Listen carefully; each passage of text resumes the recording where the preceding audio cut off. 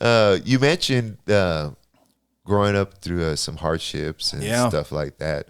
So what did your parents, they separated a lot. What did they do for a living? Did they work?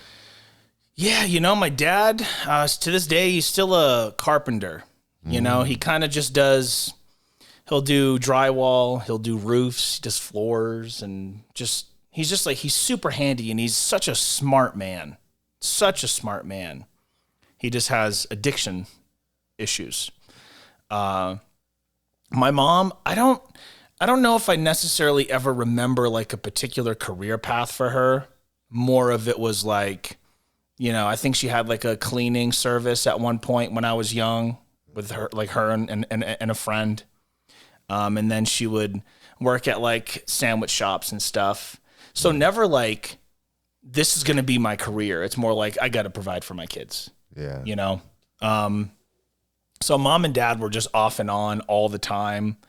And I don't want to get too deep here on your show, but I just remember, and I've even written about this in a song that I released called Father's Eyes. It takes all I have inside to look in my father's eyes, right? And I would talk about coming home from school to my parents just having a fist fight.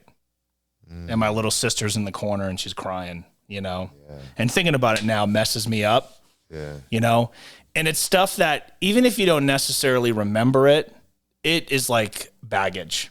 You're carrying that around forever, And I think you really have to learn how to not blame them for that, because as messed up as it is, and as much as I wish they had it together, it really helped morph me into the man that I am today, So again, there's a lot of good qualities that I take from both of my parents, but fortunately there's a lot of bad ones that I don't take with me along this journey we call life. Yeah. Well, you came out like you got a good head on your shoulders. Thanks, man. I appreciate that. You're a grinder. Yeah. Yeah, I noticed. I was like, this dude, he's a grinder. I try to be. I think I'm afraid of complacency. I'm afraid of, I've made it as far as I guess I'm gonna get.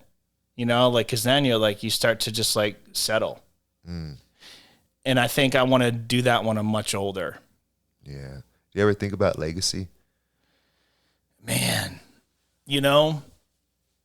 legacy, that's a tough question. I think in a sense I do. I think in the sense of, for example, my sister has 2 kids.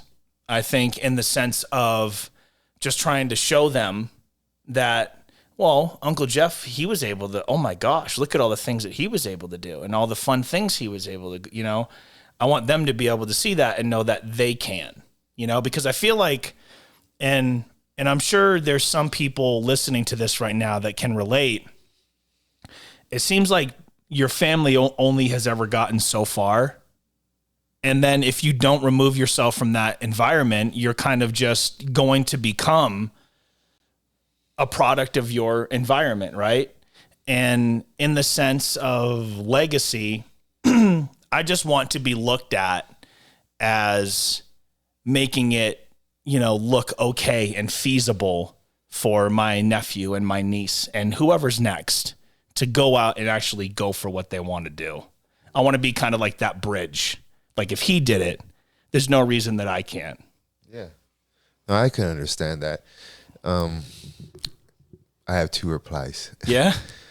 The first thing is, so one of the reasons I retired is you seem kind of young to have retired already. Well, I'm in my 40s. Yeah. But one of the reasons that I did is because pushing yourself really hard could cause health issues, and it caused a lot of health issues for myself, my chest and my heart, and not to get into it, but it caused me health issues. Wow. So when I was looking at feasting these, I would be laying in my bed at night, and I started thinking about like, what's that movie?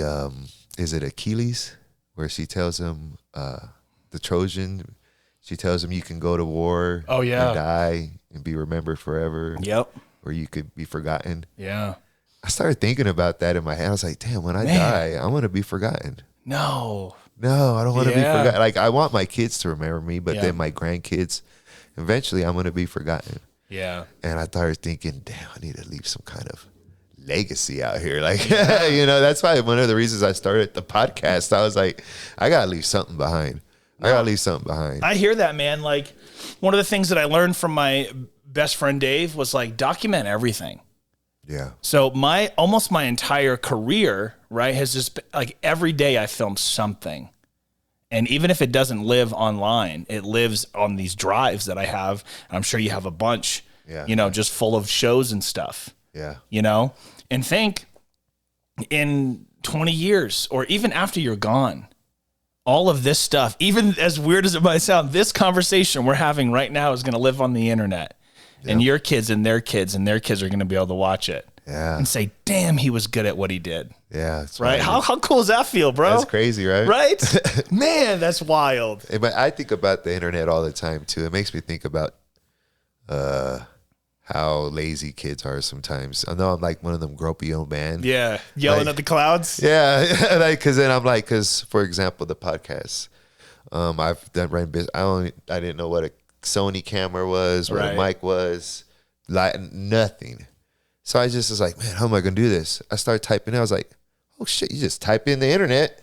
Yep. And it's right there. YouTube. You can learn everything. Yeah. I was like, what the hell is wrong with these damn kids? Like, y'all should be freaking out of control. We should have flying cars already. I know.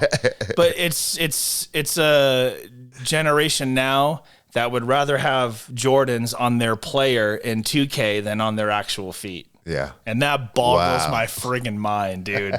Seriously. Yeah, like the first time I seen my kids watching other people play games.